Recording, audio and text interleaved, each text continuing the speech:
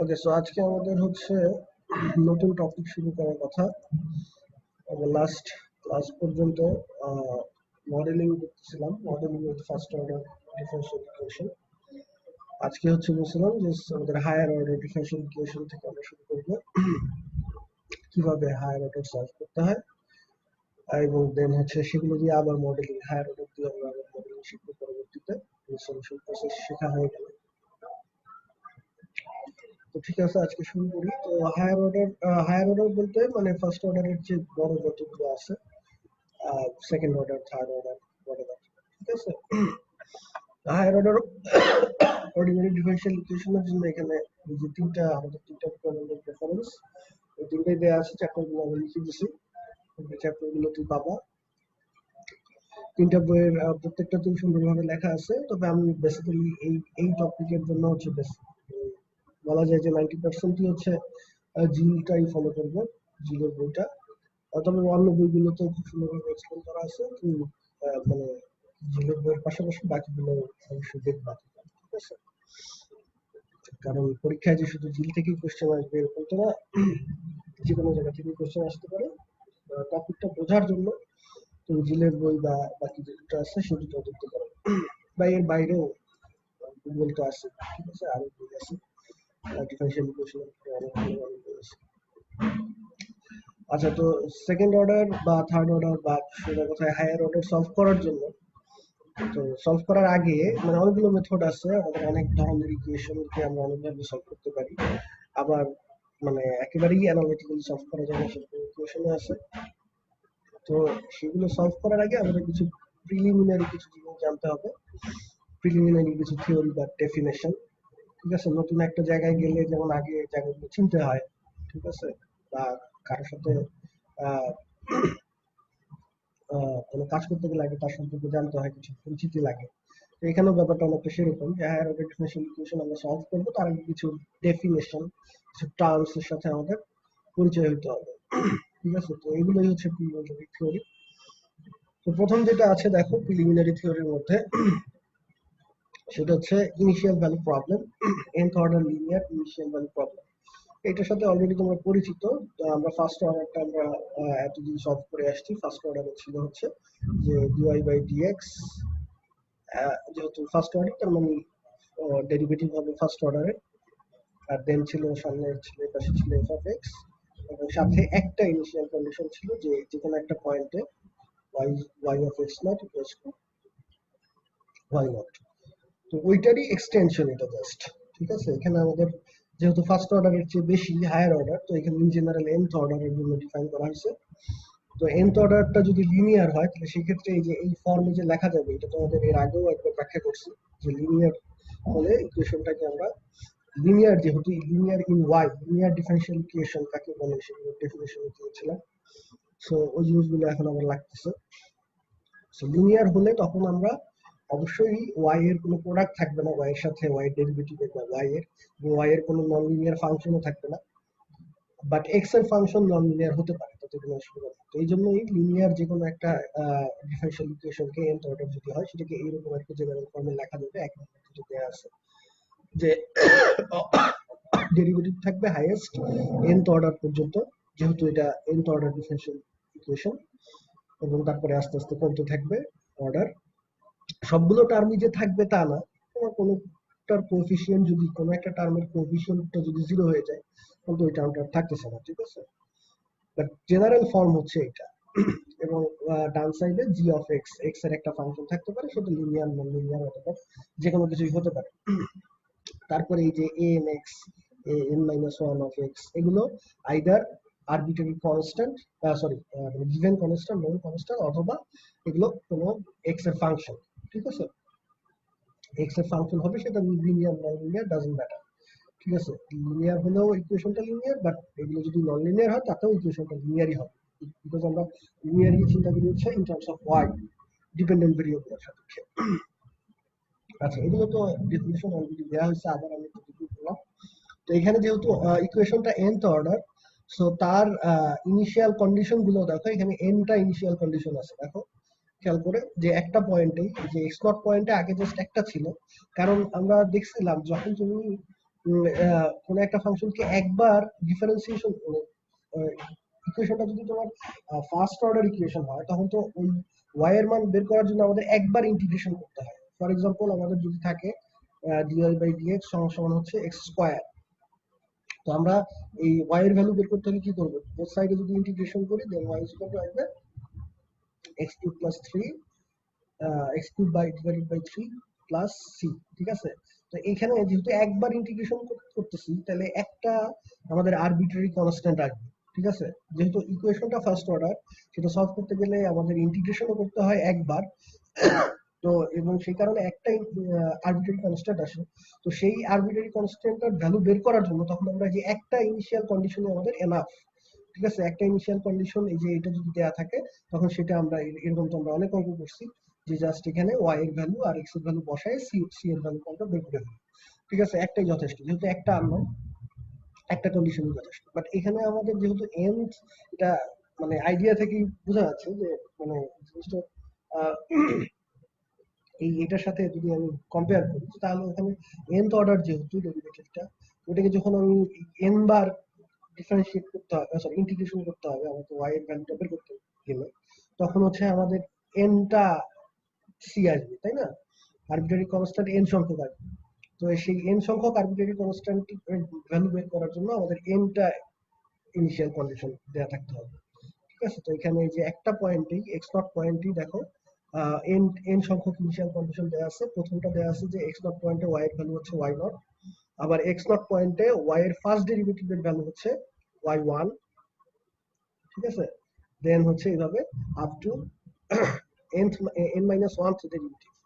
ঠিক আছে, n minus first বলা হচ্ছে n-1 ডেরিভেটিভ পর্যন্ত x0 পয়েন্টেই দেয়া আছে, সেটার ভ্যালু হচ্ছে yn-1। মানে কয়টা হলো, 0 থেকে যেহেতু স্টার্ট, y0 থেকে যেহেতু স্টার্ট, তার মানে হচ্ছে আমাদের y0 1 আপ টু n-1, তার মানে n টা। ঠিক আছে, n সংখ্যক ইনিশিয়াল কন্ডিশন দেয়া আছে। তো এটা হচ্ছে আমাদের nth order linear initial value প্রবলেমের জেনারেল ফর্ম। ঠিক আছে, তো এখন এই nth order linear initial value প্রবলেমের সলিউশন থাকবে কি থাকবে না সেটা নিয়ে একটা এখানে দেখো থিওরেম দেওয়া আছে, existence of a unique solution to an IVP. IVP বলতে এখানে nth order linear IVP, nth order linear আইভিপির সলিউশন থাকবে কি থাকবে না সেটার ক্রাইটেরিয়াটা ম্যাথমেটিশিয়ানরা অলরেডি থিওরেম আকারে বের করে রেখে দিচ্ছে, তোমাদের কষ্ট করে আর এটা করা লাগবে না। সো আমরা স্টেটমেন্টটা জাস্ট একটু দেখি, প্রুফটা আমাদের জন্য জরুরি না এখানে, বা যদি কেউ ইন্টারেস্টেড হও তোমরা প্রুফ দেখতে পারো। আচ্ছা, স্যার ওইটা একটু প্রবলেম আছে উপরেরটায়। কি প্রবলেম বলো? স্যার এখানে ওই উপরে যেখানে সলভ দেওয়া আছে সেখানে হচ্ছে মানে ইকুয়েশনটা n থেকে a অফ n থেকে যখন a নট পর্যন্ত যায়, a নট, সেখানে তো n+1 সংখ্যক আছে, আর নিচে তো ওটা তো আচ্ছা, ওখানে তো আমাদের ওইটা তো সমস্যা নাই বাবা।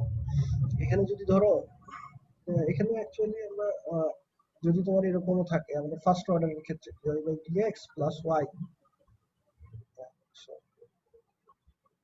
dx প্লাস y বা 2y whatever সমান সমান একটা ফাংশন দেয়া আছে x, তারপরে এখানে একটা কন্ডিশন দেয়া আছে। তোমার তো এই টার্মের সংখ্যার সাথে তো রিলেশন না, রিলেশনটা হচ্ছে যে তোমার এখানে যেহেতু অর্ডার হচ্ছে ফার্স্ট অর্ডার, এটাকে যখন তুমি সলভ করতে যাবা তখন তোমার ইন্টিগ্রেশন করতে হবে একবার। এখানে কয়টা টার্ম আছে ডাবল ম্যাটার। ঠিক আছে, এখানে তো যেমন এখানে দুইটা টার্ম আছে, কন্ডিশন দেওয়া একটা, তো টার্মের সাথে কিছু বলি নাই। ঠিক আছে, বা টার্মের সাথে আসলে কোনো সম্পর্ক নাই। টার্ম এখানে ওয়াই থাকতেও পারে, আমি নাও থাকতে পারে। ঠিক আছে, টার্মের কথা না এখানে, এই মানে জি অফ n থেকে জি অফ হ্যাঁ জি অফ 1 যেহেতু এটা nth অর্ডার তাহলে সেখানে তো অবশ্যই nth টার্মটা থাকতে হবে, nth ডেরিভেটিভ টার্মটা থাকতে হবে। আদারওয়াইজ তো আমাদের অর্ডারের ডেফিনিশন কি ছিল, ডিফারেন্সিয়েশনকে আমরা সেকেন্ড অর্ডার বলি যদি ওই ইকুয়েশনের হাইয়েস্ট ডেরিভেটিভ টার্মটা হয় সেকেন্ড অর্ডার। ঠিক আছে, তো যদি ফার্স্ট, এটাকে কেন ফার্স্ট অর্ডার বলতেছি, কারণ এখানে ফার্স্ট অর্ডারের চেয়ে বড় কোনো ডেরিভেটিভ নাই। ঠিক আছে, তো যেমন এখানে যেহেতু n মানে কি বলবো, এখানে তো n সংখ্যক কনস্ট্যান্ট আসবে, মানে n সংখ্যক বার যখন আমরা একে ইন্টিগ্রেট করতে যাব, ঠিক না? তো n সংখ্যক কনস্ট্যান্ট আসলে, না স্যার এখানে n+1 সংখ্যক কনস্ট্যান্ট আসবে। n+1 সংখ্যক কেমনে আসবে? একটা না স্যার ডেরিভেটিভ ঠিক আছে, থাকলে, n সংখ্যক, হ্যাঁ স্যার, হ্যাঁ জি স্যার একটা ঠিক আছে, বুঝতে ডেরিভেটিভ পারছি। থাকলে সেটাকে একবার আসবে, তাহলে এটা আসবে এবং সেই এনটা ভ্যালু বের করার জন্য এনটা কন্ডিশন তোমার ডিফাইন করা আছে। বুঝা গেছে ব্যাপারটা? জি স্যার বুঝতে পারছি। আচ্ছা, এখানে আমাদের কথা হচ্ছে, আমি যদি এই যে সাবজেক্ট টু যে কথাটা, এই কন্ডিশনটা যদি আমি বাদ দিয়ে দিই, তাও আমি যে এই ইকুয়েশনটাকে সলভ করতে পারবো না সেরকম না। এই ইকুয়েশনটাকে হয়তো সলভ করা যেতেও পারে, নাও যেতে পারে। তখন সলভ করলে সেই সলিউশনটার মধ্যে এনটা ইনিশিয়াল সরি আরবিট্রারি কনস্ট্যান্ট থেকে যাবে, ঠিক আছে? যেমন এই যে আমি যদি তোমার এই যে এই যে dy/dx = x² যেটা লিখছিলাম, এটার সাথে যদি কোনো কন্ডিশন দেয়া না থাকে, তখন তুমি জাস্ট এই যে এই ফর্মেই তো অ্যান্সারটা লিখতে হবে, তো y = x³/3 প্লাস হচ্ছে c, যেখানে c একটা আরবিট্রারি কনস্ট্যান্ট, মানে c এর ভ্যালু কত আমি জানি না, ঠিক আছে? যদি আমার কোনো কন্ডিশন দেয়া থাকে তখন সেটা অ্যাপ্লাই করে আমি c এর একটা পার্টিকুলার ভ্যালু পাবো, ঠিক আছে? তো ব্যাপারটা হচ্ছে তাই যে সলভ, এই যে এটা হচ্ছে আমার ডিফারেনশিয়াল ইকুয়েশন, এটা একটা nth অর্ডার ইকুয়েশন। এটাকে আমি সলভ করতে পারলে সেখানে n সংখ্যক আরবিট্রারি কনস্ট্যান্ট থেকে যাবে। তারপরে যদি আমি সেই n সংখ্যক আরবিট্রারি কনস্ট্যান্টের ভ্যালু বের করতে চাই, তখন আমার এই যে অবশ্যই nটা কন্ডিশন লাগবে, ঠিক আছে? তো এই কারণেই যে এখানে nটা কন্ডিশন ডিফাইন করা আছে। এখন এটাকে ইনিশিয়াল ভ্যালু প্রবলেম কেন বলা হচ্ছে, সেটা হচ্ছে যে এই nটা কন্ডিশন, এখানে যে nটা কন্ডিশন আছে সবগুলোই দেখো, সবগুলোই হচ্ছে একই পয়েন্টে ডিফাইন করা। মানে একই পয়েন্টে বলতে x0 এর x এর ভ্যালু সেম। এই যেমন এইখানেও x0 পয়েন্টে y এর ভ্যালু কত, x=x0 পয়েন্টে y এর ডেরিভেটিভের ভ্যালু কত, x=x0 পয়েন্টে y এর n-1st ডেরিভেটিভের ভ্যালু কত, ঠিক আছে? সবগুলো কন্ডিশনই একটা ইনিশিয়াল পয়েন্ট, এই পয়েন্টটাকে বলা হয় ইনিশিয়াল। ইনিশিয়াল কথাটার মানে হচ্ছে শুরু, ঠিক আছে? বা মানে হ্যাঁ শুরু, ইনিশিয়াল কথাটার মানে হচ্ছে শুরু বা আরম্ভ। ওই জায়গা থেকে শুরু হচ্ছে সবগুলো ইনিশিয়াল কন্ডিশন, সবগুলোই একই পয়েন্ট থেকে আমার একই পয়েন্টে ডিফাইন করা, সেজন্য আমরা এটাকে বলতেছি ইনিশিয়াল ভ্যালু প্রবলেম, ঠিক আছে? যদি হচ্ছে আমার এই কোনো মানে এই কন্ডিশন গুলো দেয়া না থাকে, সেক্ষেত্রে আমরা এটাকে just nth order differential equation বলবো, nth order linear differential equation, তখন আর ইনিশিয়াল ভ্যালু প্রবলেম বলবো না, ঠিক আছে? আর যদি কন্ডিশন গুলো দেয়া থাকে এবং সেগুলো যদি অবশ্যই একটা পয়েন্টে ডিফাইন্ড হয় সবগুলো, তাহলে সেই ক্ষেত্রে হচ্ছে ইনিশিয়াল ভ্যালু প্রবলেম। যদি আবার আলাদা আলাদা পয়েন্টে ডিফাইন্ড হয়, সেটারও ডেফিনেশন আছে, সেটা আমরা আসতেছি সামনে, ঠিক আছে? এমন না যে সবগুলো একই পয়েন্ট হবে, আলাদা আলাদা পয়েন্টেও আমি ডিফাইন করতে পারি কন্ডিশন গুলো। সেই ক্ষেত্রে কি হবে সেটা একটু পরে আসতেছে। তো এই ইনিশিয়াল ভ্যালু প্রবলেমের ক্ষেত্রে, অর্থাৎ আমার যদি একটা ডিফারেনশিয়াল ইকুয়েশনও থাকে, সাথে এরকম কিছু কন্ডিশন, ইনিশিয়াল কন্ডিশনও দেয়া থাকে, যত অর্ডারের ইকুয়েশন ততটা ইনিশিয়াল কন্ডিশন অবশ্যই দেয়া থাকতে হবে, ঠিক আছে? তো যদি দেয়া থাকে তখন সেটাকে আমি সলভ করতে পারবো কিনা সেই সংক্রান্ত একটা থিওরেম হচ্ছে এটা, যে প্রথম কথা হচ্ছে তোমার যে এই g of x, তারপরে a0x, a1x up to anx, এই যে কোএফিসিয়েন্ট গুলো আছে, এগুলো তো x এর ফাংশনও হতে পারে, কনস্ট্যান্টও হতে পারে। সো এইগুলো প্রথম কন্ডিশন হচ্ছে এগুলো কন্টিনিউয়াস হতে হবে। এবং আমরা জানি আমরা সলিউশন যখন একটা ডিফারেনশিয়াল ইকুয়েশন সলিউশন করতে যাই, তখন সেই সলিউশনটা কি একটা ফাংশন হবে এবং সেটা একটা অবশ্যই একটা ইন্টারভ্যালের মধ্যে আমরা সলিউশনটা কনসিডার করি। ইন্টারভ্যাল অফ ডেফিনেশন পড়াইছিলাম, ঠিক আছে? যে ইন্টারভ্যালের মধ্যে সলিউশনটা ডিফাইন্ড, ঠিক আছে? তো এখন ধরে নিলাম যে এই কোএফিসিয়েন্ট গুলো এবং এই যে g of x ফাংশনটা, এটা যদি একটা ইন্টারভ্যাল i এর মধ্যে এগুলো যদি সব কন্টিনিউয়াস হয়, এবং ওই ইন্টারভ্যালের মধ্যে এই যে anx যে কোএফিসিয়েন্টটা, অর্থাৎ nth টার্ম যেটা, সেটার যে কোএফিসিয়েন্ট, nth অর্ডার ডেরিভেটিভের যে কোএফিসিয়েন্ট, সেটা যদি নট ইকুয়ালস টু 0 হয় for every x in this interval, ওই ইন্টারভ্যালের মধ্যে এটা কোথাও 0 হতে পারবে না, ঠিক আছে? এই কন্ডিশন দুটো যদি স্যাটিসফাই করে, তাহলে ওই ইন্টারভ্যালের মধ্যে যে কোনো একটা ইনিশিয়াল পয়েন্ট x=x0 এ আমি হচ্ছে এই ইনিশিয়াল ভ্যালু প্রবলেমের একটা ইউনিক সলিউশন বের করতে পারবো, ঠিক আছে? থাকবে, এটা গ্যারান্টেড, ঠিক আছে? then a solution y of x of the initial value problem 1 is 1 exists on the interval and is unique, ঠিক আছে? যদি এই কন্ডিশন গুলো কোনো একটা ভায়োলেট করে, দেখা যাচ্ছে যে হয়তো তুমি যে ইন্টারভেল নিছো সেই বা যে কোনো ওই ইন্টারভেলের মধ্যে g of x টা কন্টিনিউয়াস না, সেই ক্ষেত্রে তোমার কোনো গ্যারান্টি নাই। আর সলিউশন থাকতেও পারে, নাও থাকতে পারে, ইনফাইনাইট সলিউশনও থাকতে পারে, ইউনিক সলিউশনও থাকতে পারে, বলা যাচ্ছে না কি হবে। ঠিক আছে। একইভাবে যে পয়েন্টে আমার এই যে x equal two x not যে পয়েন্টটা, সেই পয়েন্টটাতে যদি an(x) দেখা যাচ্ছে যে 0 হয়ে গেল, ঠিক আছে। ফর এক্সাম্পল ধরো তোমার হচ্ছে এখানে আমি একটা সেকেন্ড অর্ডার ইকুয়েশন দেখি, যে এরকম একটা হয়তো তোমার ইকুয়েশন আছে ইকুয়াল টু, ধরো এখানে 0ই আছে, সমস্যা নেই। তো এখানে আমার এই যে এটা হচ্ছে second order equation, second order ইকুয়েশনের কোএফিসিয়েন্ট এখানে কত দেওয়া আছে, x স্কয়ার। তো x স্কয়ারটা আমরা জানি হচ্ছে কোথায় 0, x ইকুয়াল টু 0 তে 0, ঠিক আছে। এখন আমি যদি ইনিশিয়াল কন্ডিশন গুলো ওই 0 পয়েন্টে ডিফাইন করে রাখি, তখন এই থিওরেম আমার এইটা এই ইনিশিয়াল ভ্যালু প্রবলেমের বেলায় কোনো গ্যারান্টি দিতে পারবে না যে এটার সলিউশন আছে কি নাই, বা হচ্ছে ইউনিক সলিউশন কিনা, যে কোনো কিছু হতে পারে, এটা আলাদাভাবে অ্যানালাইসিস করে দেখতে হবে, ঠিক আছে। এই এই থিওরেম জাস্ট গ্যারান্টি দেয় যদি হচ্ছে যে ইন্টারভেলের মধ্যে তোমার এই এই কোএফিসিয়েন্ট গুলো সব কন্টিনিউয়াস, এবং হচ্ছে an(x) টা not 0 for every x on that interval, ঠিক আছে। এবং সেই ইন্টারভেলের মধ্যে তুমি কোনো পয়েন্টে যদি ইনিশিয়াল কন্ডিশন গুলো ডিফাইন করো, ধরো এখন আমি যদি এইটা y 5 পয়েন্টে ডিফাইন করি, তাহলে এবং আমি যদি চিন্তা করি যে সলিউশনটা যদি চিন্তা করি 0 থেকে ইনফিনিটি এই ইন্টারভেলের মধ্যে, তাহলে সেই ক্ষেত্রে তো আমার 0 থেকে ইনফিনিটির মধ্যে এটা 0 হয় না, x স্কয়ারটা তো 0 হয় না এই ইন্টারভেলের মধ্যে, এবং এটাও কন্টিনিউয়াস, এটাও কন্টিনিউয়াস, ঠিক আছে। এবং এটা y অফ 5, এটাও যেহেতু আমার হচ্ছে 5 পয়েন্টে, এগুলো সবই কন্টিনিউয়াস, কোনটাই 0 না। সো এই ক্ষেত্রে আমার এই থিওরেমটা গ্যারান্টি দিচ্ছে যে হ্যাঁ, এটার একটা ইউনিক সলিউশন আছে, ঠিক আছে। এটা জাস্ট হচ্ছে আমাদের চেকিং করতে কাজে লাগে এই থিওরেমটা, যে কোনো একটা লিনিয়ার ইনিশিয়াল ভ্যালু প্রবলেম যদি দেয়া থাকে, তখন সেটা আমরা হচ্ছে সলভ করতে পারবো কিনা, বা সলভ করলে সেটার সলিউশনটা কি একটাই পাবো, ইউনিক একটা সলিউশন পাবো, নাকি একাধিক, মানে সেটা গ্যারান্টেড কিনা ইউনিক সলিউশন পাওয়াটা, এই জিনিসটা আমরা এই থিওরেমের সাহায্যে চেক করতে পারি। কারণ দেখা গেল যে একটা জিনিস আমরা চেক করে না নিলে, তখন হয়তো বা আন্দাজে অ্যাপ্রোচ করাটা তো ডিফিকাল্ট, ঠিক আছে। থিওরেম দিয়ে আমি যদি আগে শিওর হয়ে নিতে পারি, তাহলে সেই জিনিসটা আমাদের অবশ্যই সুবিধার হবে।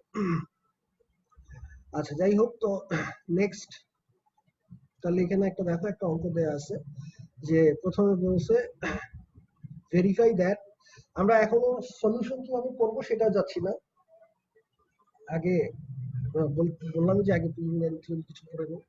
তো এখানে প্রিলিমিনারি থিওরি থেকেই একটা অঙ্ক, যে verify that y is equal to 3 to the power x plus e to the power minus twice x minus twice x, এই যে ফাংশনটা দেয়া আছে, এই ফাংশনটা is a solution to the initial value problem this, ঠিক আছে।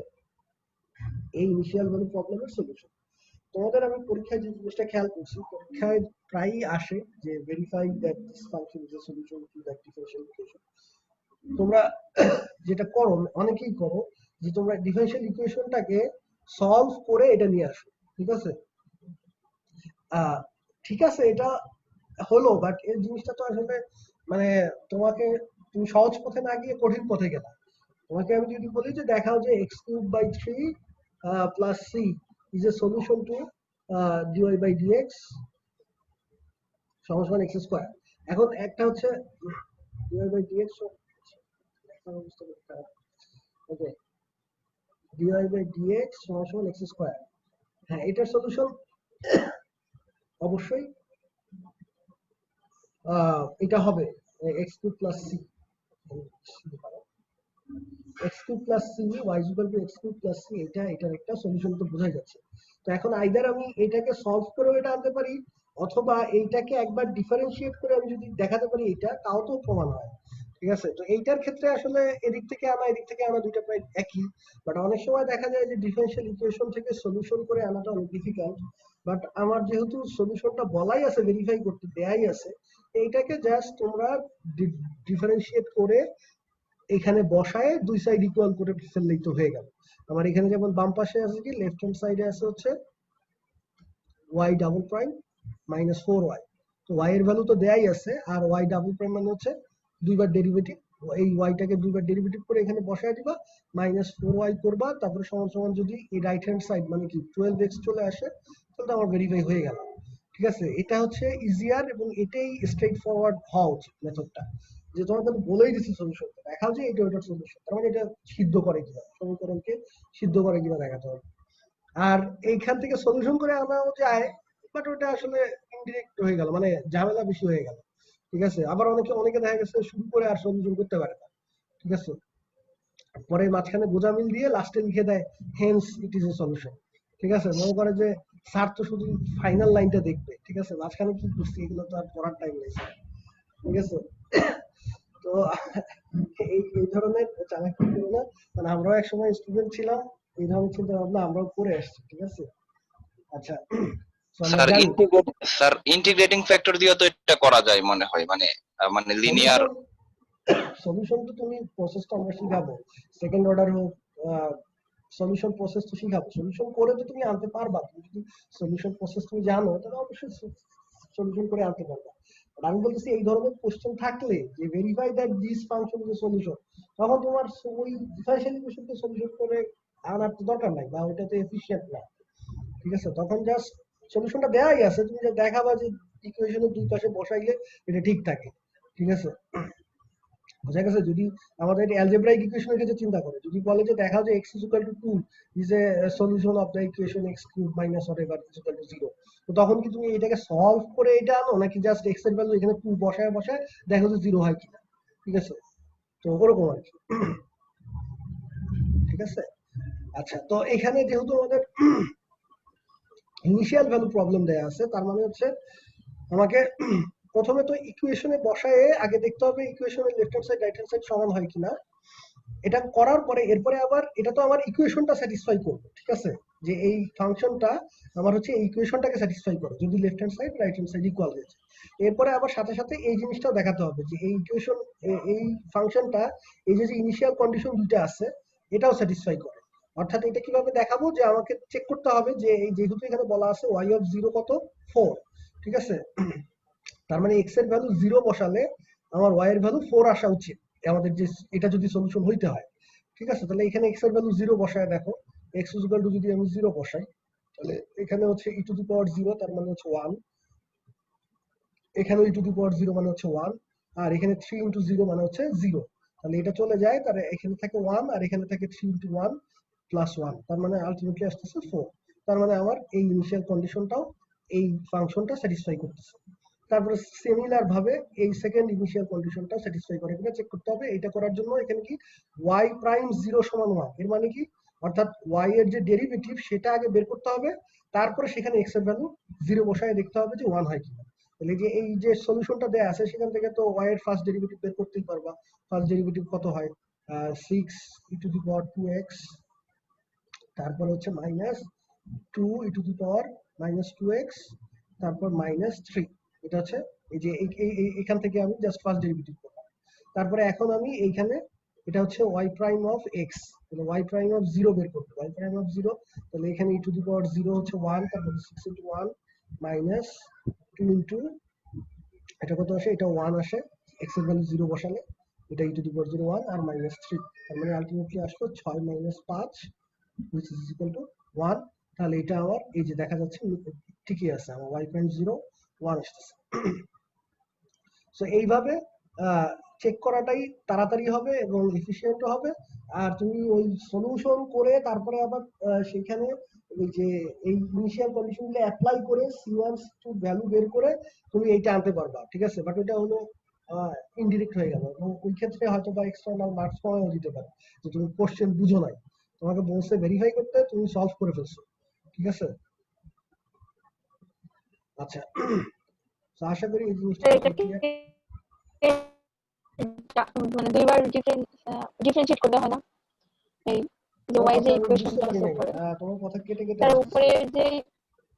উপরের যে ইকুয়েশনটা দেওয়া আছে এটাকে দুইবার ডিফারেন্সিয়েট করলে এই নিচের যে ওয়াই ডাবল মানে নিচের হ্যাঁ, এই ওইভাবে তো সেকেন্ড চেক যে করতে বললাম, ইকুয়েশনটা, এতক্ষণ তো তাই বললাম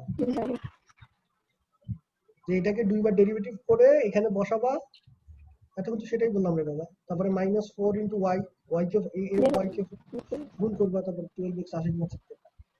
আচ্ছা, দেন চেকিং, তার মানে ফার্স্ট পার্ট আমাদের হয়ে গেল এই ভেরিফাই করা। Also determine weather this solution is unique or not, এবং এরপরে চেক করতে বলছে যে এই সলিউশনটা ইউনিক কিনা, এই জিনিসটা। এইটা আমার চেক করার জন্য আমাদের হচ্ছে ইটা লাগবে, থিওরেমটা লাগবে। আমাদের থিওরেমে কি বলা ছিল যে এই যে কোএফিসিয়েন্ট, যে এখানে যেমন y ডাবল প্রাইমের কোএফিসিয়েন্ট কত 1, y এর কোফিশিয়েন্ট কত -4, আর g(x) কত 12x, ঠিক আছে। তো এই জিনিসগুলো তো এগুলো সবই হচ্ছে কি পলিনোমিয়াল ফাংশন, এই দুটো তো কনস্ট্যান্ট ফাংশন। 1 -4 x এর ফাংশন হিসেবে চিন্তা করলে এগুলো হচ্ছে কনস্ট্যান্ট ফাংশন, আর 12x এটা হচ্ছে পলিনোমিয়াল ফাংশন। তো এগুলো তো তোমরা জানো যে -∞ টু +∞ এই পুরো ইন্টারভ্যালের মধ্যেই যে কোনো পলিনোমিয়াল হচ্ছে কন্টিনিউয়াস। তো আমি বোধহয় পড়াইছিলাম পলিনোমিয়াল পড়াবার সময়। যাই হোক, তো এগুলো সব কন্টিনিউয়াস, তার মানে আমার কন্টিনিউটির যে কন্ডিশনটা আছে সেটা স্যাটিসফাই করে।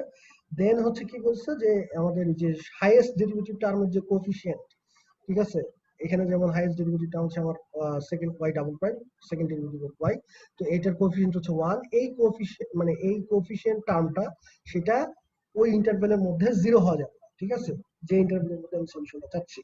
তো এটা তো আসলে 1 তো কোনো মাইনাস পুরো ইন্টারভ্যালের মধ্যে নন জিরো। আর আমার ইনিশিয়াল কন্ডিশন গুলো ডিফাইন করা আছে কোথায়, জিরোতে, x ইকুয়াল টু জিরোতে। x ইকুয়াল টু জিরোতেও an x জিরো না, ঠিক আছে। তার মানে আমার হাইপোথিসিস ওই থিওরেমের সবগুলোই স্যাটিসফাই করতেছে। সুতরাং আমরা এই যে সলিউশনটা এখানে দেয়া আছে এটাই এই ইনিশিয়াল ভ্যালু প্রবলেমের একমাত্র সলিউশন, ঠিক আছে, ইউনিক সলিউশন ওই থিওরেম অনুযায়ী।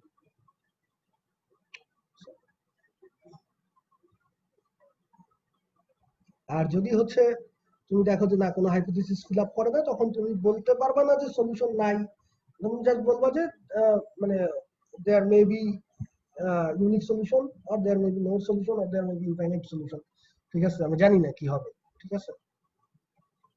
থিওরেমে আমার ওই ব্যাপারে কিছু বলার নেই যে হাইপোথিসিস ফিল আপ না হইলে কি হবে। আচ্ছা,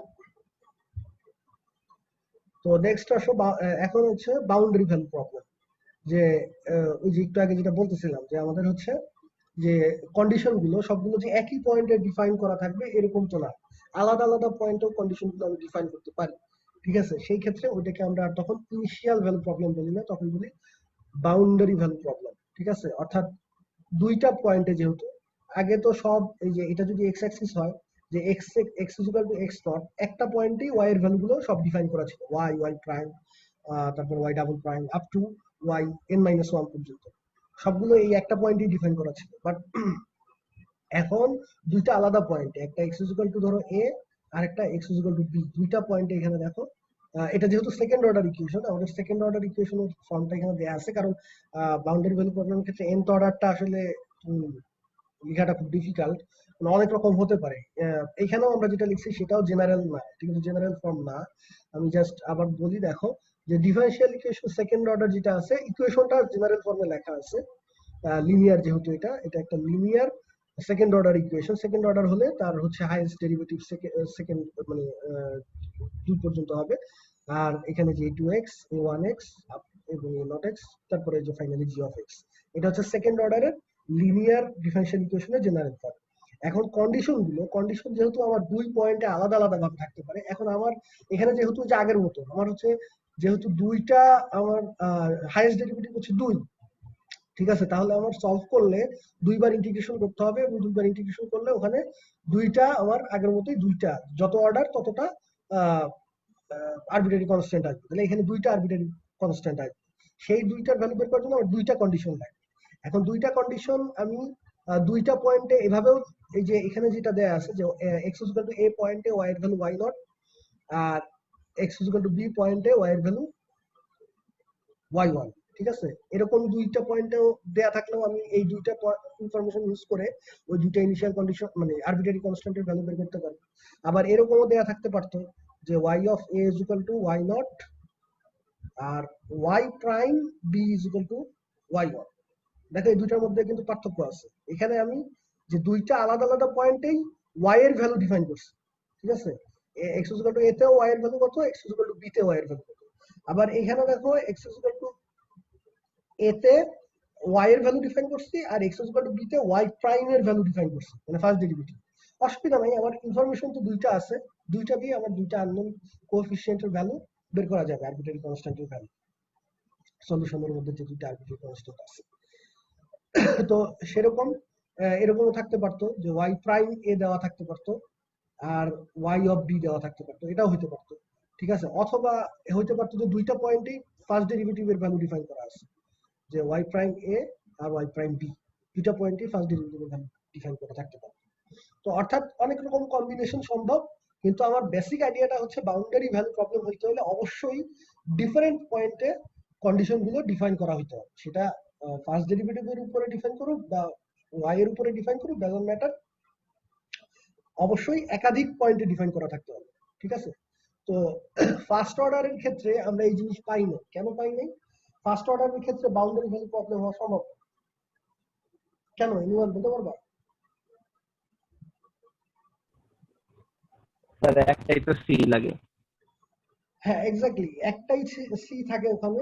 তো ওইটা সলভ করার জন্য আমার একটা কন্ডিশনই যথেষ্ট। তাহলে একটা কন্ডিশন দিতে গেলে একটা কন্ডিশন তো আর দুই পয়েন্টে ডিফাইন করা সম্ভব না। ঠিক আছে? বা দরকারও নাই। একটা পয়েন্টেই কন্ডিশন ডিফাইন করলে আমার এনাফ। তাহলে ফার্স্ট অর্ডারের ক্ষেত্রে আমার বাউন্ডারি ভ্যালু প্রবলেম আসলে এটা কোনো মানে সেন্স মেক করে না। ঠিক আছে? ফার্স্ট অর্ডার ক্ষেত্রে সবসময় আইদার শুধু ডিফারেনশিয়াল ইকুয়েশন হবে অথবা ইনিশিয়াল ভ্যালু প্রবলেম হবে।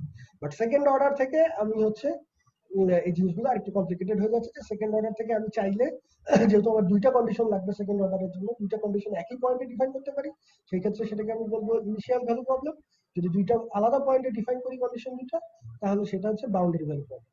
একইভাবে third order, fourth order, nth অর্ডারের জন্য তো বুঝতেই পারতেছো যে nth অর্ডারের জন্য আমি অনেক ভাবে চাইলে আমি ডিফাইন করতে পারতাম, দুইটা আলাদা আলাদা পয়েন্টে ডিফাইন করতে পারতাম। ঠিক আছে? n সংখ্যক আলাদা পয়েন্টে ডিফাইন করতে পারতাম, অনেক কিছু হতে পারত।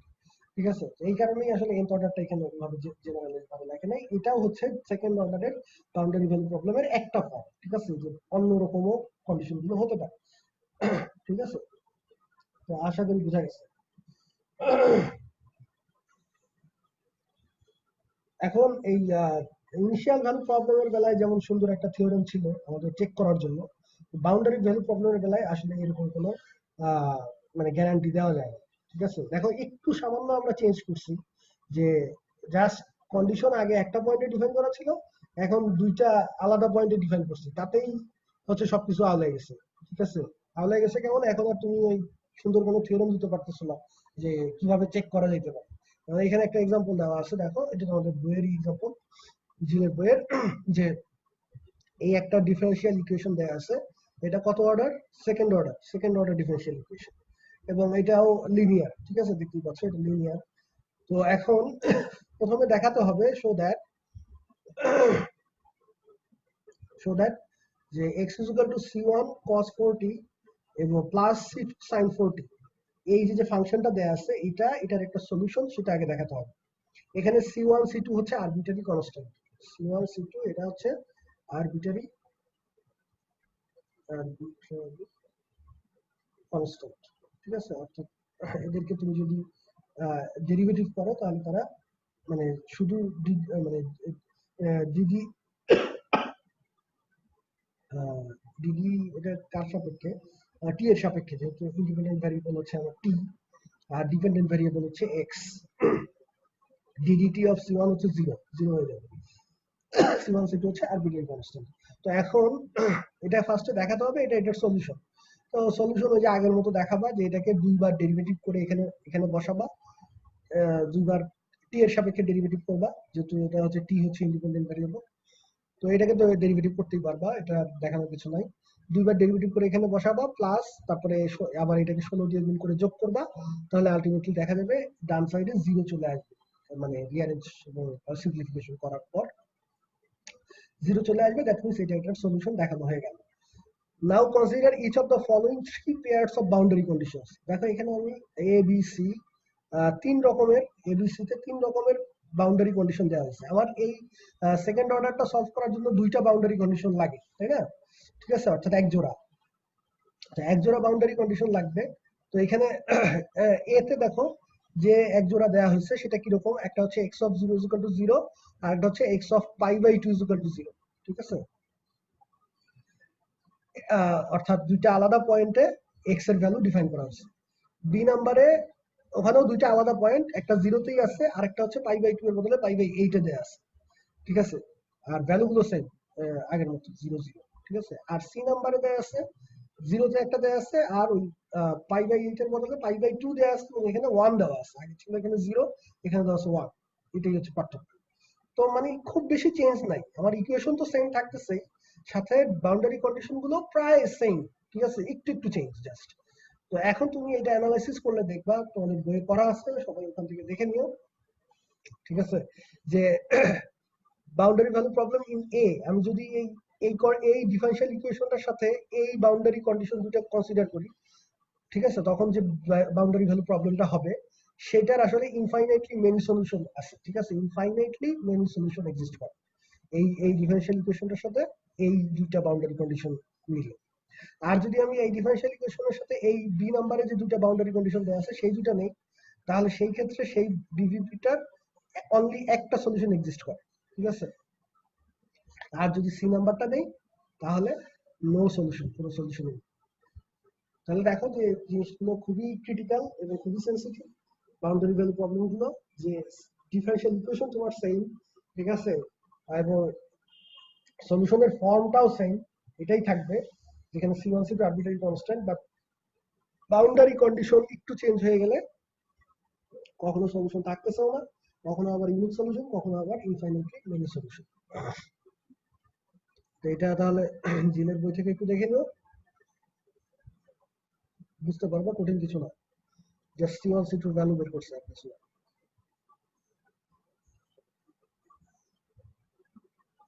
আচ্ছা, নেক্সট আসো homogeneous and non homogeneous equation. তো আমরা অলরেডি ফার্স্ট অর্ডারে হোমোজিনিয়াস ফাংশন দিয়ে একটা সলিউশন প্রসেস করছিলাম, যে একটা ফাংশনকে কখন হোমোজিনিয়াস ফাংশন বলা হয় এবং কখন একটা ফার্স্ট অর্ডার ডিফারেনশিয়াল ইকুয়েশনকে হোমোজিনিয়াস ইকুয়েশন বলা হয়। এইখানে ওইটার সাথে এটার কোনো কানেকশন নাই, যদিও দুইটা টার্ম একই, মানে নাম একই দিছে, বাট এটা আর ওটা টোটালি আলাদা, ঠিক আছে। একটা হায়ার অর্ডার ইকুয়েশনকে nth অর্ডার লিনিয়ার ইকুয়েশনকে হোমোজিনিয়াস বলা হবে যদি হচ্ছে তার এই যে বাম পাশটা দেখো আগের মতোই আছে, ডান পাশে যদি জিরো থাকে, অর্থাৎ শুধুমাত্র এক্স এর কোনো টার্ম না থাকে।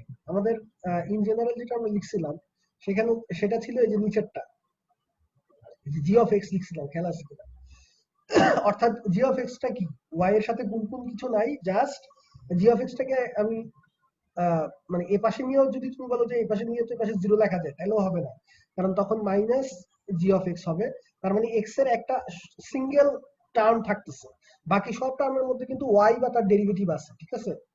এখানে বাকি যতগুলো টার্ম সেগুলোর মধ্যে ওয়াই অথবা তার ডেরিভেটিভ এক্সিস্ট করে, ওয়াই বা তার ডেরিভেটিভ ছাড়া শুধুমাত্র ইন্ডিপেন্ডেন্ট ভ্যারিয়েবলের একটা সিঙ্গুলার টার্ম যদি থাকে তখন সেটাকে আমরা বলি হচ্ছে নন হোমোজিনিয়াস ইকুয়েশন।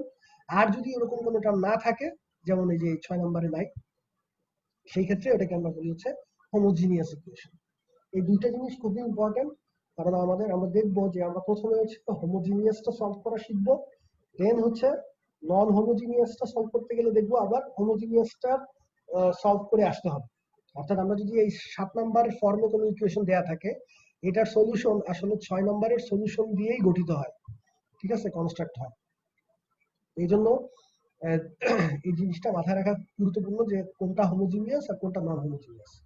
সিম্পল ব্যাপার, যদি আমার ইন্ডিপেন্ডেন্ট ভ্যারিয়েবলের আলাদা কোনো পৃথক কোনো টার্ম থাকে যেটার মধ্যে ডিপেন্ডেন্ট ভ্যারিয়েবল টোটালি ইনভলভ না, ঠিক আছে, তাহলে ওই ইকুয়েশনটাকে আমরা বলবো হচ্ছে নন হোমোজিনিয়াস। আর যদি যে ইকুয়েশনটা আছে সেটার মধ্যে ইন্ডিপেন্ডেন্ট ভ্যারিয়েবলের আলাদা কোনো সেপারেট কোনো টার্ম না থাকে, সব টার্মের মধ্যেই ওয়াই বা তার ডেরিভেটিভ থাকে, তখন সেই ইকুয়েশনটাকে বলবো হচ্ছে হোমোজিনিয়াস ইকুয়েশন। ফর এক্সাম্পল, আমি যদি লিখি যে y double prime minus twice y plus 3 is equal to 0, এই একটা লিখলাম, আর একটা লিখলাম ধরো y double prime minus half y is equal to 0, তাহলে কোনটা হোমোজিনিয়াস আর কোনটা নন হোমোজিনিয়াস?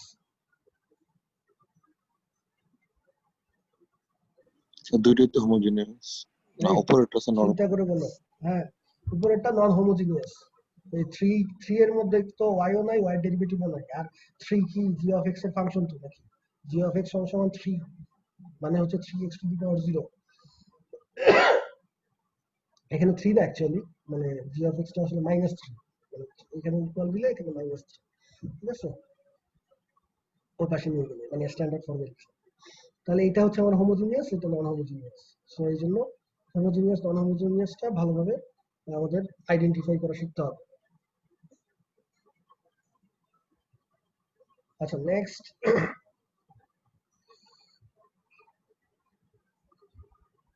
ডিফারেন্সিয়াল অপারেটর বলতে যেই অপারেটর দিয়ে আমরা ডিফারেন্সিয়েশন বুঝাই, সহজ কথায় ডিফারেন্সিয়েশন অপারেশন বুঝাই। এখন তোমরা এতদিন সাধারণত আমরা ডিডিএক্স এগুলো লিখে আসছি, ডিডিএক্স অফ সাম ফাংশন, তার মানে হচ্ছে ওই ফাংশনটাকে ডিফারেন্সিয়েট করো, এক্স এর সাপেক্ষে যদি ওটা এক্স এর ফাংশন হয়, বা এক্স এর ফাংশন না হলেও এক্স এর সাপেক্ষে ডিফারেন্সিয়েট করা যেতে পারে, ঠিক আছে। আরেকটা হচ্ছে প্রাইম নোটেশন দিয়ে লিখে আসছো তোমরা, যে ওয়াই প্রাইম মানে হচ্ছে ফার্স্ট ডেরিভেটিভ, এভাবে লিখে আসছো, ঠিক আছে। তো এখানে আরেকটা নতুন নোটেশন, যে ক্যাপিটাল ডি, ঠিক আছে, এটা দিয়েও লেখা হয়। এটা দিয়ে লিখার একটা সুবিধা আছে, মানে আমাদের এইভাবে লিখলে পরবর্তীতে আমরা দেখবো যে এই জিনিসগুলোকে আমাদের ফ্যাক্টরাইজ করতে হবে সলিউশনের সময়, তখন কাজে লাগবে। মানে এই নোটেশনটা আসলে একটু কমপ্লিকেটেড দেখা যায়, ঠিক আছে, এবং অনেক সময় মনে হয় যে এটা আসলে ভাগ করতেছে একটা আরেকটাকে।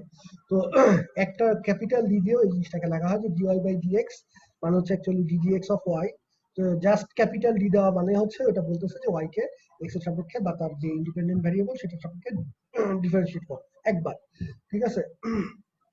তাহলে সিমিলার ওয়েতে যদি দুইবার থাকে, সেকেন্ড ডেরিভেটিভকে লেখা যাবে ডি স্কোয়ার ওয়াই, ঠিক আছে, তারপরে থার্ড ডেরিভেটিভকে d cube y and so on, ঠিক আছে। সো অন মানে এইভাবে এন ডেরিভেটিভ পর্যন্ত তুমি লিখতে পারবে।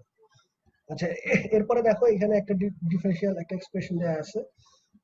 তো এটাকেও আমরা চাইলে এই যে এরকম এক্সপ্রেশন যদি আমাদের দেয়া থাকে, সেটাকে আমরা ডি এর মাধ্যমে লিখতে পারি, ক্যাপিটাল ডি এর মাধ্যমে। তো প্রথমটাকে আমরা লিখলাম ডি স্কোয়ার, এই যে এটাকে, দেন হচ্ছে minus two dy by dx কে লিখলাম মাইনাস টু ডিওয়াই, ঠিক আছে, then finally plus five y, এখানের মধ্যে তো আর ডি নাই ডিফারেন্সিয়াল, এটা প্লাস ফাইভ ওয়াই থাকবে, ঠিক আছে। এখন যেটা গুরুত্বপূর্ণ সেটা হচ্ছে যে এই টার্মটাকে এইখানে দেখো প্রত্যেকটা টার্মের মধ্যেই আমার ওয়াই আছে, ঠিক আছে। প্রত্যেকটা টার্মের মধ্যে যেহেতু ওয়াই আছে, তো নতুন আরেকটা কনভেনশন করলো যে ঠিক আছে, তাহলে ওয়াইটাকে জাস্ট কমন নিয়ে আমি পুরোটা এই অংশটাকে জাস্ট ফার্স্ট ব্র্যাকেটের মধ্যে কমন নিয়ে লিখে দিই, ঠিক আছে। আমরা মানে ডেফিনেশনটা এরকম যে আমি যে ওয়াই কে আবার এখানে ডিস্ট্রিবিউট করে দেওয়া যায়, কোনো অসুবিধা নেই, ঠিক আছে। এইভাবে লিখার সুবিধা আছে, আমরা পরবর্তীতে যখন সলিউশন করবো তখন দেখবো যে এইভাবে লিখতে গেলে লিখে লিখে তারপরে হচ্ছে আমাদের সলিউশন করতে সুবিধা হয়। আচ্ছা, তো তাহলে আমরা এই ডিফারেন্স এখন যদি তুমি আবার এই যে ওয়াই এর উপরে ডি স্কোয়ার অ্যাপ্লাই করো, তাহলে আবার এই যে এটাই ফিরে আসতেছে, যে D square of y then minus two D of y plus five y, just normal আমি যদি গুণ হিসেবে চিন্তা করি, দেন হচ্ছে আবার এখান থেকে এটাই ফিরে আসতেছে, কোনো অসুবিধা নেই।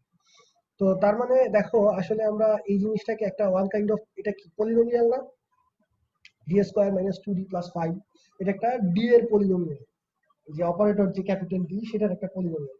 তাহলে এখানে যেটা বুঝাইতে চাইলো, যেহেতু আমাদের ইকুয়েশনটা যদি হোমোজেনাস হয়, ঠিক আছে, হোমোজেনাস হোক বা নন হোমোজেনাস হোক যাই হোক, সেটার যে ওয়াই এর যে টার্ম গুলো আছে সেইগুলোর যে ডেরিভেটিভ গুলো সেগুলোকে ডি দিয়ে লিখে তারপরে আমি ডিটাকে কমন নিয়ে সেটাকে অবশ্যই একটা পলিনোমিয়াল আকারে লিখে কমন নিতে পারবো, ঠিক আছে। জাস্ট ওয়াইটা বাম পাশে একবারে লিখে দিলেই হবে, ঠিক আছে। কারণ যেহেতু আমার ইকুয়েশনটা লিনিয়ার, এই কাজটা করা যাবে, ঠিক আছে। এই যে আমাদের চিন্তা করে দেখো, আমাদের হচ্ছে আগের আগের যে আমাদের জেনারেল ফর্মটা ছিল সেখানে আসি, এই যে এখানে এই এটা হচ্ছিল হোমোজেনাসের জেনারেল ফর্ম, আর এটা হচ্ছে নন হোমোজেনাসের, যেটাই হোক।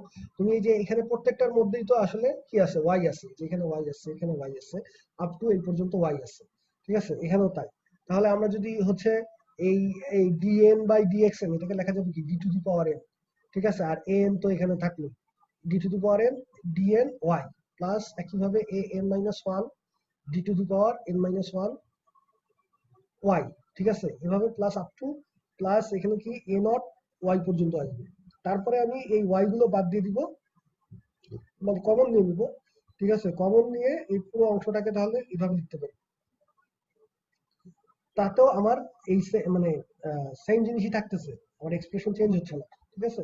তারপরে সমান সমান দিয়ে বাম পাশে জিরো থাকলে জিরো, অথবা জি অফ এক্স থাকলে জি অফ এক্স, ওটার মধ্যে তো আর ওয়াই নেই, সেটা নিয়ে চিন্তা নেই। তো এই যে এই যে ডি এর একটা পলিনোমিয়াল দিয়ে এক্সপ্রেস করা যাবে যদি ইকুয়েশনটা লিনিয়ার হয়, এই জন্যই এই পলিনোমিয়ালটাকে আলাদাভাবে আবার ডিফাইন করছে, ঠিক আছে। যে খেয়াল করো এখানে,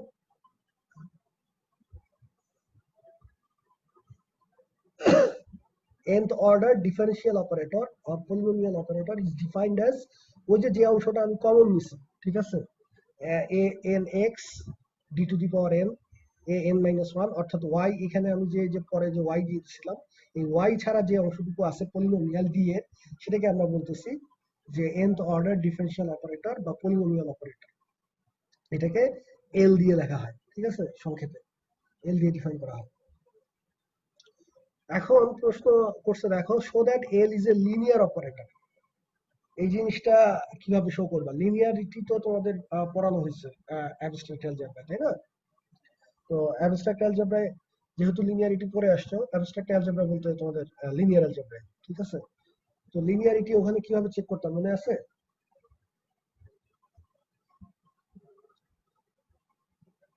কেউ কোনো কথা বলে না।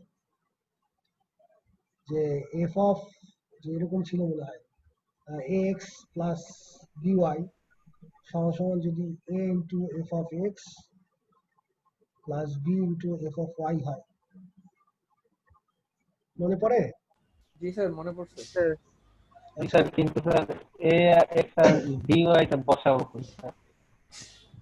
বুঝি নাই। এলটা কি বি এর ফাংশন হিসেবে আছে নাকি, মানে এ এন অফ এক্স এর এলটা ফাংশন? তো হচ্ছে এলটা আমি আসতেছি, এলটা হচ্ছে এলটা হচ্ছে অপারেটর। Linear operator. একটা অপারেটরকে লিনিয়ার অপারেটর বলি যদি হচ্ছে তুমি সেটাকে এই যে এইভাবে এই এই এই প্রপার্টিটা হোল্ড করে, অর্থাৎ এক্স প্লাস বিওয়াই এর উপরে অ্যাপ্লাই করলে যা পাবা, তুমি যদি আলাদা আলাদা ভাবে এক্স এর উপরে অ্যাপ্লাই করে, ওয়াই এর উপরে অ্যাপ্লাই করে, তারপরে এ এবং বি দিয়ে গুণ করে, তারপরে সেটাকে যোগ করে সেই সেম জিনিস পাও, এই কথাটার মানে তো তাই, ঠিক আছে? তাহলেই তুমি ওটাকে বলতে পারবে একটা লিনিয়ার অপারেটর। সো এখানে আমরা এল হচ্ছে একটা লিনিয়ার অপারেটর, সেটা অ্যাপ্লাই করি কার উপরে? ওয়াই এর উপরে। ওয়াই মানে কি? ওয়াই মানে হচ্ছে যে সলিউশন আমার, ঠিক আছে, বা হচ্ছে যে আননোন ভ্যারিয়েবল, ঠিক আছে? তো এখন যদি আমার দুইটা থাকে এরকম, ওয়াই ওয়ান একটা, a y one plus b y two, ঠিক আছে, এইটার উপরে আমি এল অ্যাপ্লাই করলে যা হবে, যদি আমি দেখি যে a l y one plus b l y two, সেটাও তাই হবে, তাহলে তো আমি বলতে পারবো যে এল হচ্ছে একটা লিনিয়ার অপারেটর। বুঝা গেছে ব্যাপারটা? যে কোশ্চেন করছি না তাকে বলতেছি।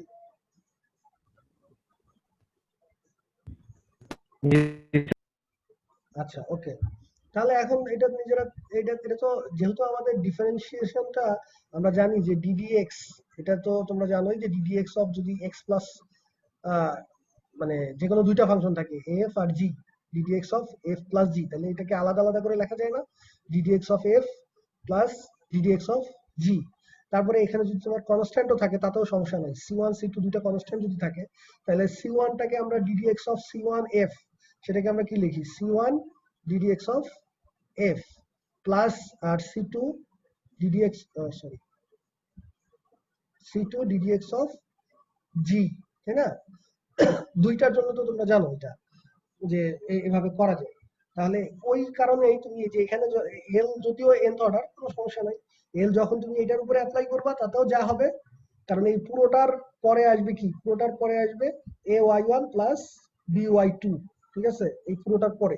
তারপরে কি হবে? এই আমি এই পুরোটা আহ, এইটা এইটা তখন গুণ করে দিব, যে ফার্স্ট টার্মের সাথে এই দুইটা টার্ম, তারপরে এই সেকেন্ড টার্মের পরে এই দুইটা টার্ম, তারপরে থার্ড টার্ম, এরকম প্রত্যেকটা টার্মের পরে এই দুইটা টার্ম, তারপরে আবার সেই ডিফারেন্সিয়েশন গুলো এই দুইটা টার্মের মধ্যে ভাগ করে দেওয়া যাবে, কারণ এই যে এই এই একটু আগে যেটা বললাম যে এই প্রপার্টির কারণে, যে ডিডিএক্স যেহেতু আমরা জানি দুইটা আলাদা আলাদা ফাংশনের যোগফলের উপরে অ্যাপ্লাই করা, যা হবে, বা তাদের উপরে ডিডিএক্স অ্যাপ্লাই করে যোগ করলেও তাই হবে, ঠিক আছে? তো তারপরে এই পরে যেটা আসবে, তুমি যদি আগে ওয়াই ওয়ান এর উপরে এই পুরোটা অ্যাপ্লাই করতা, তারপরে ওয়াই টু এর উপরে পুরোটা অ্যাপ্লাই করে বি দিয়ে গুণ করে যোগ করো, তাহলেও দেখবা এই সেমই পাবা। এখানে এই যে দুইটার কেস থেকেই এন্টার কেস বোঝা যায়, ঠিক আছে?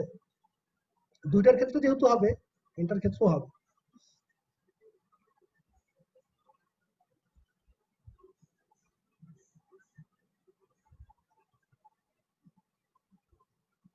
ওকে, সো এটা একটা লিনিয়ার অপারেটর, এটা আমরা প্রমাণ করতে পারলাম, so that L is a linear operator. এখন এই যে এলটাকে ইউজ করে আমরা ওই যে 6 আর 7 নাম্বার হোমোজেনাস যেটা লিখছিলাম, হোমোজেনাস আর নন হোমোজেনাস, হোমোজিনিয়াসটাকে আমরা লিখতে পারি L of y is equal to 0 সরাসরি। ঠিক আছে, কারণ আমাদের ওই যে বাম পাশে পুরো ওয়াই কমন নিয়ে নিলে যে অংশটা থাকে পুরোটাই হচ্ছে আমার এল। ঠিক আছে, তাহলে হোমোজেনাস হলে লেখা যাবে L of y is equal to 0, আর নন হোমোজেনাস হলে লেখা যাবে L of y is equal to some function of x, g of x. ঠিক আছে, ওকে, সো এটাও আশা করি বোঝা গেছে।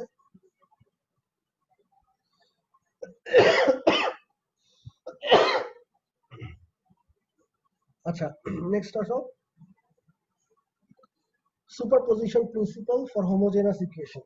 এই জিনিসটা খুবই গুরুত্বপূর্ণ। সুপারপজিশন প্রিন্সিপাল, সুপারপজিশন কথাটা মনে হয় অনেক জায়গাতেই আছে, ফিজিক্সও বোধহয় আছে। সুপারপজিশন একটার উপরে আরেকটা এরকম বোঝায় নাকি, একই পজিশন, সুপার পজিশন।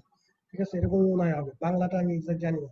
ঠিক আছে, তো সুপার পজিশন বলতে এখানে অর্ডিনারি ডিফারেনশিয়াল ইকুয়েশন বলে কি বুঝাচ্ছি আমরা, যে এইটা থিওরেমটা বলার আগে আগে হচ্ছে এখানে কোশ্চেনটা আগে দেখি, কোশ্চেনটা দেখলে তোমরা মনে হয় বুঝতে সুবিধা হবে।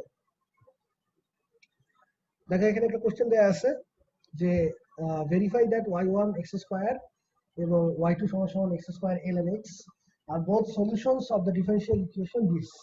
এখানে একটা দেখো ডিফারেনশিয়াল ইকুয়েশন দেয়া আছে, এই ডিফারেনশিয়াল ইকুয়েশনের সলিউশন দুইটা আলাদা আলাদা ফাংশন দিয়ে বলা হয়েছে ভেরিফাই করতে, যে দুটোই সলিউশন।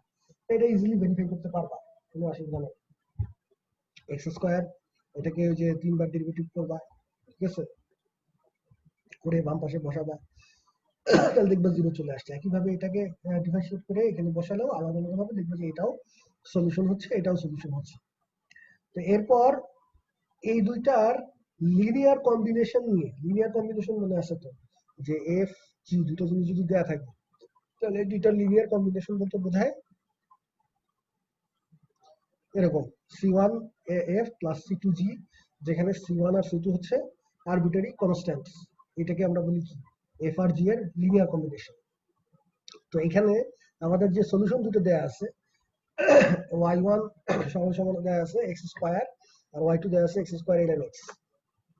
তোরা বলতেছে যে এই দুজনের লিনিয়ার কম্বিনেশন তুমি যদি নাও তাহলে লিনিয়ার কম্বিনেশন আসবে হচ্ছে c1 y1 plus c2 y2 নাকি, লিনিয়ার কম্বিনেশন ডেফিনেশন।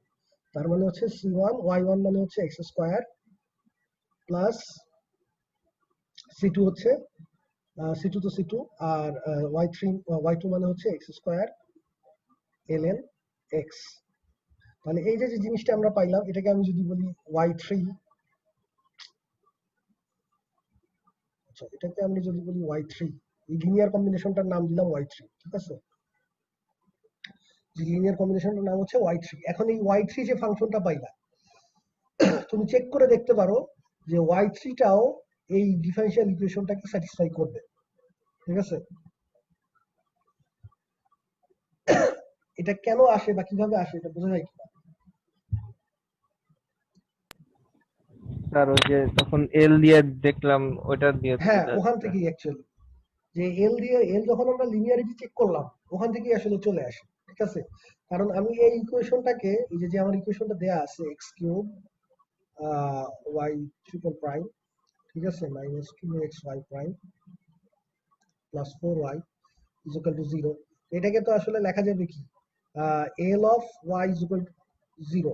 ঠিক আছে, যেখানে এল সমান সমান কত, এল অফ y সমান সমান 0, যেখানে এল সমান সমান হচ্ছে x কিউব ডি কিউব, এই যে এখান থেকে এলটা কি ওয়াই ছাড়া যে টার্মগুলো, তো এক্স কিউব থাকবেই, আর এখানে ডি ওয়াই ট্রিপল প্রাইম মানে হচ্ছে ডি কিউব মাইনাস এখানে হচ্ছে 2x, আর এখানে একবার ডেরিভেটিভ তার মানে ডি, আর প্লাস এখানে হচ্ছে ওয়াই বাদ দিলে 4।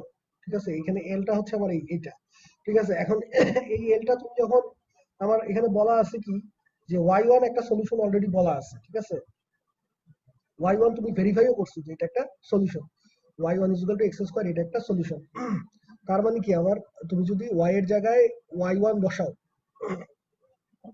এই যে আমার ইকুয়েশন হচ্ছে এইটা, যেহেতু y1 x স্কয়ার একটা সলিউশন, তার মানে l অফ y1 বসালে y এর জায়গায় y1 বসালে তুমি অবশ্যই 0 পাবা। একইভাবে y এর জায়গায়, কারণ সলিউশন হওয়ার শর্তই তো তাই যে ওই ইকুয়েশনকে স্যাটিসফাই করতে হয়, তাহলে y2 ও যেহেতু সলিউশন, তাহলে l অফ y2 এর ভ্যালু অবশ্যই 0 আসবে। এখন আমরা l অফ y3 টা দেখতে যাচ্ছি। তো l অফ y3 কত আসে? y3 সলিউশন কিনা আমরা জানি না, ঠিক আছে, কিন্তু y3 আমরা ডিফাইন করছি কিভাবে, যে y3 হচ্ছে y1 আর y2 এর linear combination, c1 y1 plus c2 y2। একটু আগে আমরা বলছি যে এই যেহেতু l হচ্ছে একটা লিনিয়ার অপারেটর, একটু আগে যে আমরা প্রমাণ করলাম সেই জিনিসটা এখন আমরা কাজে লাগাচ্ছি, যে l হচ্ছে আমরা লিনিয়ার অপারেটর প্রমাণ করে আসছি। সেই কারণে এই জিনিসটাকে আমরা লিখতে পারবো c1 l অফ y1 লিনিয়ারিটির ডেফিনেশন অনুযায়ী plus c2 l of y2। তো যেহেতু এটা লেখা যাচ্ছে, এখন আমরা এই যে এই দুটা কথা তো আমরা অলরেডি জানি যে l অফ y1 হচ্ছে 0 আর l অফ y2 ও 0। তাহলে এখানে আমি বসাই c1 into 0 plus c2 into l of y2 এর ভ্যালু 0। তার মানে আলটিমেটলি আমার কত আসতেছে, এটাও 0 এটাও 0, তার মানে 0 আসতেছে। তাহলে আমি দেখলাম l অফ y3 যেটা, সেটার ভ্যালু 0 হয় কিনা আমি জানতাম না, বাট এই যে ইনফরমেশন গুলো আমার আসছে সেগুলো অ্যাপ্লাই করে, এবং l যেহেতু লিনিয়ার, এই লিনিয়ারিটি অ্যাপ্লাই করে আমি দেখলাম যে l অফ y3 এর ভ্যালু 0 চলে আসতেছে, ঠিক আছে।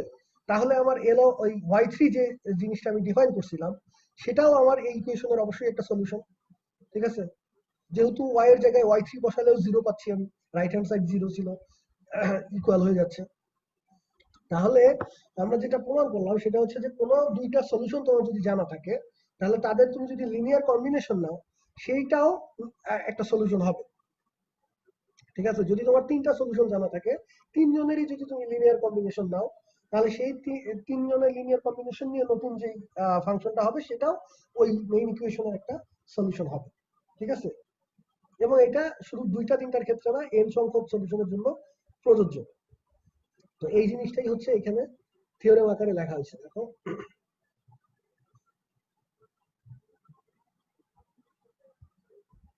এটার নামই হচ্ছে super position principal. Super position মানে এইভাবে চিন্তা করতে পারো যে অলরেডি তোমার দুইটা পজিশন আছে, একটা y1 একটা y2, এই দুইটার সুপার পজিশন মানে হচ্ছে দুইটা মিলে নতুন আরেকটা, ঠিক আছে, c1 y1 plus c2 y2, ঠিক আছে, নতুন আরেকটা জিনিস তৈরি করলাম। এই জিনিসটাও ওই ওই ওই ডিফারেনশিয়াল ইকুয়েশনে বসালে সেটাও সলিউশন হবে, ঠিক আছে। যে late y1 y2 up to yk, এখানে ধরো k সংখ্যক সলিউশন দেয়া আছে, be the solutions of the homogeneous nth order differential equation 6 on an interval I, যে আমরা 6 নাম্বার যে হোমোজেনাস ইকুয়েশনটা লিখছিলাম, আমরা কিন্তু এখন এটা শুধুমাত্র হোমোজেনাস এর জন্য পড়তেছি, ঠিক আছে। নন হোমোজেনাস এর জন্য আবার সুপারপজিশন প্রিন্সিপাল আলাদা, ঠিক আছে। এখন যেটা পড়তেছি এটা শুধু হোমোজেনিয়াস এর জন্য। তাহলে আমাদের যে হোমোজেনিয়াস ইকুয়েশনটা ছিল সেটার যদি k সংখ্যক সলিউশন তুমি পাও, তাহলে তাদের যে linear combination c1 y1 plus c2 y2 up to ck yk, এই সবগুলোর সামেশন, যেখানে c1 c2 আপ টু হচ্ছে ck, এগুলো সবই হচ্ছে আরবিট্রারি কনস্ট্যান্ট, যে কোনো কনস্ট্যান্ট হতে পারে, is also a solution on that interval. ওই ইকুয়েশনের একটা সলিউশন হবে ওই ইন্টারভ্যালের মধ্যে, ঠিক আছে। তো কারো কি এটা বুঝতে কোনো অসুবিধা হয়েছে? থাকলে বলতে পারো।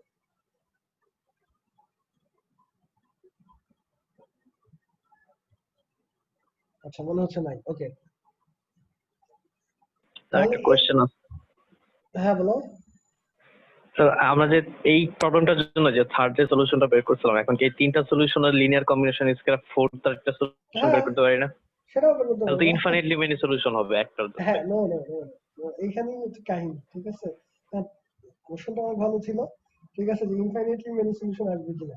এখানেই হচ্ছে তোমাদের লিনিয়ার অ্যালজেব্রার কনসেপ্টটা কাজে লাগবে। যে এই জিনিসটাকে এইভাবে চিন্তা করো যে আমাদের টু ডাইমেনশন, হ্যাঁ টু ডাইমেনশন দিয়েই বলি, টু বেসিস তো 2 থাকে তখন, যদি মানে দুইটা হ্যাঁ সলিউশন থেকে বেসিস 2। ঠিক আছে, বেসিসের কথাটাই আমি আসতেছি যে তোমার হচ্ছে টু ডাইমেনশনে তুমি যদি ভেক্টর চিন্তা করো বা পয়েন্ট চিন্তা করো, ইনফাইনাইট পয়েন্ট আছে, বাট অ্যাকচুয়ালি বেসিস কয়টা আছে? বেসিস কিন্তু দুইটা আছে, ঠিক আছে। বেসিস একটা হচ্ছে এক্স অ্যাক্সিস, ওয়াই অ্যাক্সিস বরাবর আই আর জে, যদি তুমি নাও আরো অন্যভাবে বের করতে পারো, আমি ট্রিভিয়ালটা বলতেছি।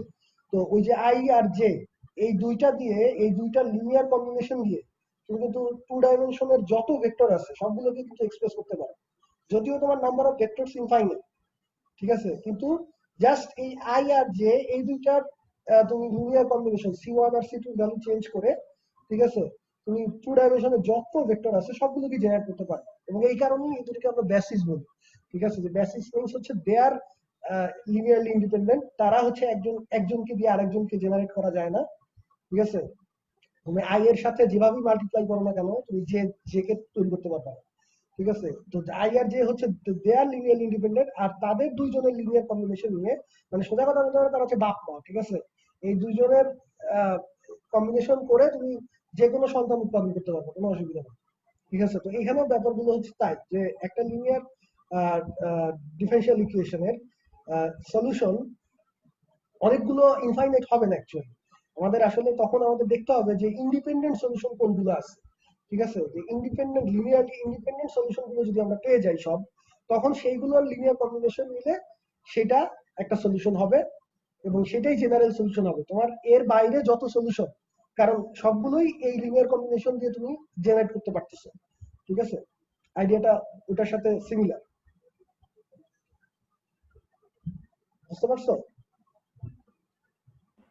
জি স্যার, মানে একটা লেভেল পার হয়ে গেলে আমরা বারবার সেম সলিউশনই পাবো, বিকজ হ্যাঁ, ওই সেম সলিউশনই আসবে। তুমি এই যে এখন C1 C2 এই দুটা যে Y1 Y2 যেটা আমি এখানে লিখছি, তার সাথে আমি লিনিয়ার কম্বিনেশন করে যে Y3 টা পাইছি, এই তিনটা লিনিয়ার কম্বিনেশন নিয়ে যে ফাংশনটা তুমি পাবা, তুমি দেখবা যে ওই ফাংশনটাকে শুধু Y1 আর Y2 দিয়েও জেনারেট করা যায়, ঠিক আছে। Y1 Y2 Y3 এর তিনটা লিনিয়ার কম্বিনেশন নিয়ে যেটা জেনারেট হবে, শুধু Y1 আর Y2 লিনিয়ার কম্বিনেশন দিয়ে ওটাকে জেনারেট করতে পারবা, অবভিয়াসলি পারবা, কারণ Y3 এর মধ্যে আসলে Y1 আর Y2 তো আছে, ঠিক আছে। সো ওইটাকে তুমি যখন C3 দিয়ে গুণ করবা, আলটিমেটলি Y1 আর Y2 কেই গুণ করা হচ্ছে, বুঝা গেছে ব্যাপারটা? সো ওই তিনজনের লিনিয়ার কম্বিনেশন নিলে আসলে নতুন কোনো সলিউশন পাওয়া যাবে না। ওই যে সলিউশন গুলো পাওয়া যাবে সেগুলোকে শুধু Y1 Y2 দিয়ে জেনারেট করা যাবে। তবে যদি তুমি Y1 Y2 বাইরে লিনিয়ারলি ইন্ডিপেন্ডেন্ট আরেকটা বের করতে পারো, যেহেতু এটা থার্ড অর্ডার ইকুয়েশন, আমাদের তিনটা লিনিয়ারলি ইন্ডিপেন্ডেন্ট থাকার কথা, ঠিক আছে। ওইটা যদি বের করতে পারো তখন হচ্ছে ওই তিনটা লিনিয়ার কম্বিনেশন মিলে আমি হচ্ছে জেনারেল সলিউশনটা পাবো। তো এই জন্য আমি বলতেছি যে এই আমাদের হায়ার অর্ডারে তোমাদের এই লিনিয়ার অ্যালজেব্রার কনসেপ্ট গুলো খুব লাগবে, এবং পরবর্তীতে আমরা যখন সিস্টেম সলভ করতে যাব ওই সময় দেখবা যে পুরাটাই লাগবে লিনিয়ার অ্যালজেব্রা। এই যে eigen value, eigen matrix, eigen value পরে আসতো না, আইগেন ভ্যালু, তারপরে হচ্ছে আইগেন ভেক্টর, এই জিনিসটা পুরোটাই এখানে লাগবে, ঠিক আছে। জর্ডান ক্যানোনিক্যাল ফর্ম, এই জিনিসটা পুরোটাই আমাদের সিস্টেম সলভিং এর সময় লাগবে। তখন হয়তো কোর্সে যখন লিনিয়ার অ্যালজেব্রা তখন মনে হয়েছে যে এগুলো কি জন্য পড়াচ্ছে উদাই, ঠিক আছে, কিন্তু আসলে প্রত্যেকটাই কানেক্টেড, ঠিক আছে। আচ্ছা, তো ওই জিনিসগুলো আপাতত না দেখলেও চলবে, বাট আমাদের সিস্টেম করার আগে ওই জিনিসগুলো তোমাদের একটু দেখতে হবে। তো লিনিয়ার অ্যালজেব্রা যতই খারাপ লাগুক বা বোরিং লাগুক, জিনিসটা কিন্তু খুবই গুরুত্বপূর্ণ। আর বুঝতে পারলে আমার কাছে মনে হয় যে লিনিয়ার অ্যালজেব্রা খুবই খুবই ইন্টারেস্টিং একটা সাবজেক্ট। তারপরও কেন জানি আমি দেখছি যে আমাদের সময়ও আমরা যখন স্টুডেন্ট ছিলাম তখনই স্টুডেন্টরা লিনিয়ার অ্যালজেব্রা খুব ভয় পাইতো, এখনো তাই দেখি ম্যাক্সিমাম স্টুডেন্ট লিনিয়ার অ্যালজেব্রা খুব ভয় পায়, কেন আমি জানি না, ভয় পায় বা বোরিং ফিল করে। বাট তোমাদের কাছে রিকোয়েস্ট, যারা হচ্ছে ম্যাথমেটিক্স নিয়ে রিসার্চ করতে চাও তারা অবশ্যই calculus, linear algebra, functional analysis, এই কোর্সগুলো অবশ্যই অবশ্যই একটু বুঝে এবং মনোযোগ দিয়ে পড়ার ট্রাই করবে, কারণ ফিউচারে দেখবা যে শুধু এগুলোই সব জায়গায় খালি এগুলোই অ্যাপ্লাই হচ্ছে। আচ্ছা, তো এখন আমরা এই যে থিওরেমটা একটু আগে বললাম, সেইটার দুটা মানে কনক্লুশন, সেখান থেকে আমরা দুটা সিম্পল কনক্লুশন টানতে পারি। দেখো এই যে এখানে চিহ্ন দিয়ে করা আছে। এক নম্বর কনক্লুশন হচ্ছে যে যদি তোমার একটা সলিউশন দেয়া থাকে y1x, তাহলে তার যে কোনো কনস্ট্যান্ট মাল্টিপল c1 y1x, ওটাকে যদি আমি যে কোনো একটা আরবিট্রারি কনস্ট্যান্ট দিয়ে মাল্টিপ্লাই করি, সেটাও তাহলে ওই ইকুয়েশনটার একটা সলিউশন হবে। এটা বোঝাই যাচ্ছে, কারণ একটা সলিউশন থাকলে তার লিনিয়ার কম্বিনেশন মানে তো তাকে জাস্ট একটা কনস্ট্যান্ট দিয়ে গুণ করা। আর যেহেতু আমার বলা হয়েছে যে লিনিয়ার কম্বিনেশনটাও একটা সলিউশন হবে সুপারপজিশন প্রিন্সিপাল অনুযায়ী, তাহলে যে কোনো একটা সলিউশন পাইলে সেটাকে আমি যদি সি দিয়ে গুণ করি আর একটা কনস্ট্যান্ট দিয়ে, সেটাও একটা সলিউশন হবে। বি নাম্বার যেটা, a homogeneous linear differential equation always possesses the trivial solution y is equal to 0. এই জিনিসটা কেউ বলতে পারবে কিনা যে এই নাম্বার কনক্লুশনটা কিভাবে আসে?